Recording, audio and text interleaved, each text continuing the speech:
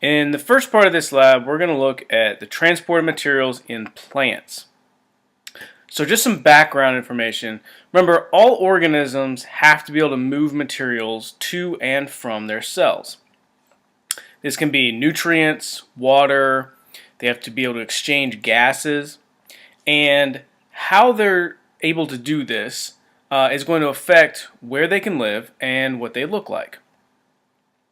So plants break down into two groups about how they do this. The first is non-vascular plants. And vascular means that it has a circulatory system. And so if you're non-vascular, you don't have a circulatory system. It'd be kind of like if a human didn't have any veins or arteries to move blood around. And so the primary example of this is moss. So here's a picture of moss, and you guys are going to sort of examine some of the characteristics of moss based on the fact that it's a non-vascular plant. Now next we have vascular plants, and they have these specialized cells that help them move materials.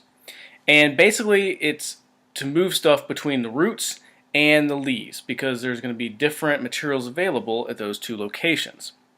And it makes this circulatory system. So think of it kind of like a series of pipes. Most plants fall into this category, and you're going to look specifically at a fern as well as some other large plants. So here's a fern frond, which you're going to look at closely under the dissecting scope. Materials can move along this central vascular bundle, and then they can also move down along what look kind of like smaller leaves, and that way the materials can be moved to all the different cells. Here's some example of tree leaves, and you can notice there's varying arrangements of veins throughout these leaves in order to move materials. And then these are the two types of cells that plants use. So we have xylem and phloem. Now, next what you need to do is use those dissecting microscopes, and you're going to observe the various plants that you've collected.